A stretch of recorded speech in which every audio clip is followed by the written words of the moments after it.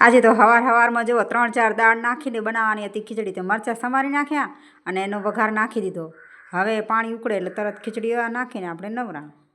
અને આ બાજુ બહાર જોયું તો મારે આજે તો તડકો નીકળ્યો હતો, એટલે 2-3 દિવસથી તો ઘણું બધું કામ હોય જ છે, કારણ કે બધું ઘરમાં બધું હવાઈ ગયું છે.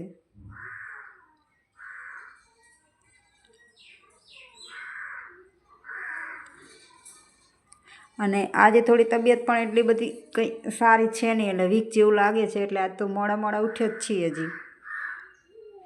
અને મોડા ઉઠીને પછી જો આ બાજુ મેં ખીચડીનો વઘાર કરી નાખ્યો છે. હું આવીશ ખીચડી ચેક કરવા, અને કીસુ પણ હાલ જ ઉઠી છે, એટલે હવે પહેલાં એને ફ્રેશ કરીને ચા પાણી કરાવીશ.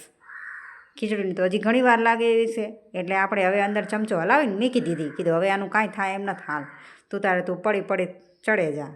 આ બાજુ કીસુને આપી દીધો છે વાટકીમાં ચા. કીસુ ક્યારે અમારે ચા પીતી નથી, પણ ખાલી એમ જ જોતી જોઈ રહી.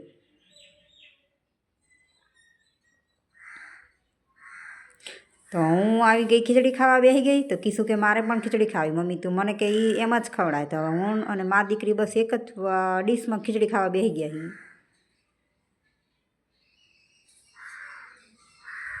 એને મારે એક રમતા ખાવા જોવે. ઘડીક રમવા જાય, ઘડીક ખાય, વળી એક ગોળ ચક્કર મારે. બસ આવી રીતના જ એના નાટક ચાલુ હોય. આખો દિવસ મારો એમ જ જતો રહે. મારે દુકાન તો ક્યારે જાઉં એ જ વિચાર કરતી હોઉં. તો પણ શું કરવું, હેન્ડલિંગ કરી લઉં છું.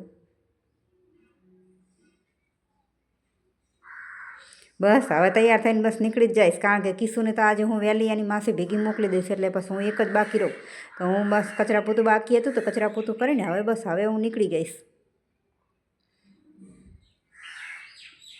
કારણ કે સાંજે આવીને કચરા પોતું કરું તો ઘરમાં તો કીડિયાની ચારેય બાજુ લાઈન હોય, એટલે સવારમાં તો કરી જ નાખવું પડે. એટલે એમ તો સવારમાં તો ચા પાણી કરીને તો કરું જ છું, પણ નાસ્તો કરી લઈને પછી પણ ફરથી કરવું જ પડે છે. અને આ બાજુ જુઓ બહાર બધું, આ તો ખાટલો પણ આજ તો બહાર જ મૂકી દીધો, કે આજ તો તું એ તડકો ખા. આ બાજુ કપડાં ને ગોદડા ને એ બધું ગ્રીલિંગ ઉપર નાખીને બસ હવે આપણે ઘરને લોક મારીને નીકળી જશું. આજે તો ઘરમાં પણ ફિનાઇલ નાખીને પોતું કરી નાખ્યું છે, ચોખ્ખું લાગે ને. અને કપડામાં પણ લાઇઝોલ વાપરું જ છું, પણ ક્યારેક શું થાય તો બી મૂકીને ગઈ હોય દુકાને, એટલે ઘરે કોઈ હોય નહીં, કોણ લે મારા કપડાં. એમ બાપડા આખો દિવસ તડકો ખાઈને કાળા પડી જાય. શું કરીએ. અને અહીંયા જો આ બાજુ દુકાને પહોંચી તો અમને તો કટિંગ ચાલુ હતું, બ્લાઉઝનું કટિંગ છે આ રહ્યું.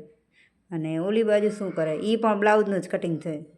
અને મારી કીટુ તો સાહેબ બની ગયો ભાઈ. એ તો ગેમ્સ ખાય છે ને રમે છે ને. આ જો કાનો બન્યો કિરશું. વગાડમાં મારી છોકરીને. જો કીસુ તો કાનો બની ગઈ છે ભાઈ. કોણે બનાવી તને? અને આ બાજુ જો અમારે એક ઈવી એક્ટિવા હતું ને, એ હવે આજ તો મહેસાણા મોકલી જ દેવાનું હતું. તો અમારે જવાનું હતું ગુજરિયા બાજુ, અને મારો ભાઈ આવ્યો હતો, એટલે કારણ કે ઈવી લઈને જાય ફાવે ને અહીં 2 જણા હાલ્યા જુઓ. ડાયરેક્ટ અહીંથી મહેસાણા લઈ જશે ત્યારે, કારણ કે ઈવીમાં એક જ પ્રોબ્લેમ છે કે અહીંયા ક્યાંય સર્વિસ થતી જ નથી મહેસાણા સિવાય. જો એને શોરૂમમાં લીધી હોય ને ત્યાં જ એની સર્વિસ થાય છે. બસ અમે તો રિક્ષામાં જો આ બાજુ બેસી ગયા ને, આ બાજુ ઊંટ ને એવું બધું જોતા પહોંચી ગયા ગુજરિયા. તો મળીએ ને.